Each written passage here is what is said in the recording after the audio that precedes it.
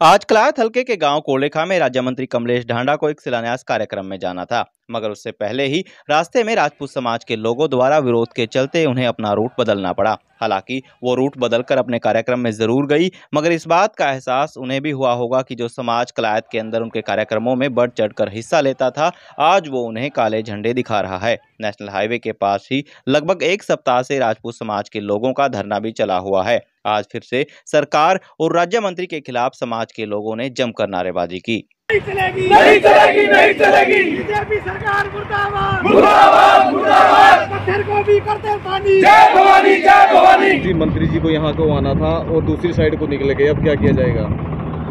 मंत्री को आना था, लेकिन हमारे शहर के अंदर पहले ही भारतीय जनता पार्टी के नेताओं के पूर्णतः बहिष्कार के पोस्टर लगे हुए हैं। लेकिन जब हमारे युवाओं ने पता लगा, उन्होंने मोर्चा संभाला और सीआईडी वगैरह जैसे यहाँ मौके पे आई, उन्होंने मंत्री का जो रूट था उसको डाइवर्ट करा दिया। लेकिन हम सीधी एक बात कहना चाह रहे हैं, जो हमारी 4 मांगे हैं, जब तक वो पूरी नहीं होती तब तक हम बीजेपी के किसी भी नेता को अपने शहर में नहीं बढ़ने देंगे। अगर वो हमारी मांग पूरी हो जाती है, फिर मेरा समाज और जो आज कमेटी है और जिन साथियों ने रिजाइन किया है पार्टी से, सलाह मशवरा करके सभी को फिर बाद में छूट भी दी जाएगी। वो पाइपलाइन आई हुई है कलायत की विकास के लिए आई हुई है, उनका श्री गणेश करने के लिए ये विकास ये तो रुकावट है ना, ये रुकावट नहीं है। ये अभी श्री गणेश अभी होना था कि 1 महीने से मेरे समाज के ऊपर लठबरसियां हैं। उससे पहले श्री गणेश कहाँ पे गया था? 4 साल से क्यों नहीं सोची?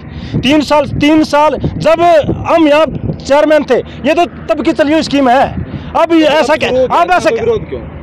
कलायत के अंदर पता क्या है, जहाँ से लाइन चली है वहाँ को जाओ, वहाँ करो। लेकिन हम अपने शहर में, अपने गांव में जितने क्षत्रिय बाहुल्य गांव है 1300, 8% राजपूतों का वोट है। लेकिन ना तो 1300 गांव में हम घुसने देंगे और 8% वोट है। हम अपने युवाओं के माध्यम से सरकार को चेताना चाहते हैं, या तो बाज आ जाए या फिर 2024 में जो इलेक्शन है उसमें फिर रिजल्ट देख लेना। रुकावट बन रहे हो ना बीच में विकास में? ये तो रुकावट नहीं है, रुकावट नहीं है, लेकिन हम अपना विरोध तो जारी रखेंगे। सरकार क्यों नहीं सुन रही? हमने सरकार को वोट देके चुना था, हमारे क्षत्रियों की क्यों नहीं सुनवाई हो रही? कुछ लोग आपके खिलाफ हो जाएंगे ना फिर दूसरे। नहीं, ऐसा नहीं होगा। 36 बिरादरी के साथ हमारा भाईचारा है, हमारी किसी समाज के साथ कोई लड़ाई नहीं है, हमारी सरकार के साथ लड़ाई है। आज जो हमारे साथ लगे, कल हम उनका भी साथ देंगे। क्षत्रियों ने, राजपूतों ने सदा दूसरों का साथ दिया है। ऐसा नहीं है भी कोई दूसरा समाज हमारे खिलाफ हो जाएगा। देखिए, जब समाज के ऊपर अत्याचार हो रहे हैं और हम समाज के साथ ना खड़े हुए तो फिर उसका मतलब पार्टी में रहने का फिर फायदा क्या है हमारा? जब हम समाज के साथ है तभी हमारी पूछ है।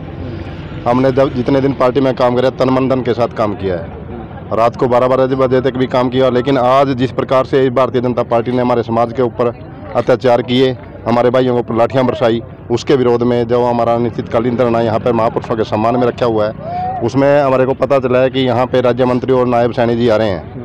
तो हमने उसके सारे भाइयों ने मिलकर उसके विरोध के लिए यहाँ पे इकट्ठा हुआ, लेकिन वो यहाँ से नहीं आए, वो किसी दूसरे रास्ते वहाँ निकल गए हैं। तो ये विरोध ऐसे ही जारी रहेगा। जिंदाबाद के नारे लगते थे ना, मंत्री जी के लगाते थे, आप तो लगते थे। वो समय कुछ और था, जब हमारी पूछ थी हम नारे भी लगाते थे, झंडा भी उठाते थे। आज समाज के साथ जो उन्होंने अन्याय किया है उसमें फिर हमने उसका विरोध भी करना शुरू कर दिया। देखिए, आप सबको पहले भी ज्ञात है, हमारे समाज के ऊपर 19 तारीख को पिछली को जो बर्बरतापूर्ण तरीके से प्रशासन ने लाठियां चलाई शांतिपूर्वक प्रदर्शन करते हुए, उसको लेकर हमारे पूरे हरियाणा के समाज के अंदर पूरा रोष है।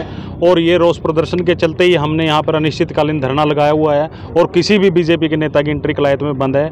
हम यहाँ से कोई भी निकले, मंत्री निकले चाहे मुख्यमंत्री निकले, सबका ऐसे ही विरोध किया जाएगा। तो अभी तो वो भी है ना, श्री गणेश करना है वहाँ। नहीं, कलायत के अंदर कोई भी बीजेपी का नेता को एंट्री नहीं करनी चाहिए, किसी भी कीमत पर नहीं करनी जाएगी, क्योंकि हमारे समाज के ऊपर जो लाठियां चली है उसका विरोध यूं ही चलेगा जब तक इनका कोई समाधान नहीं होता।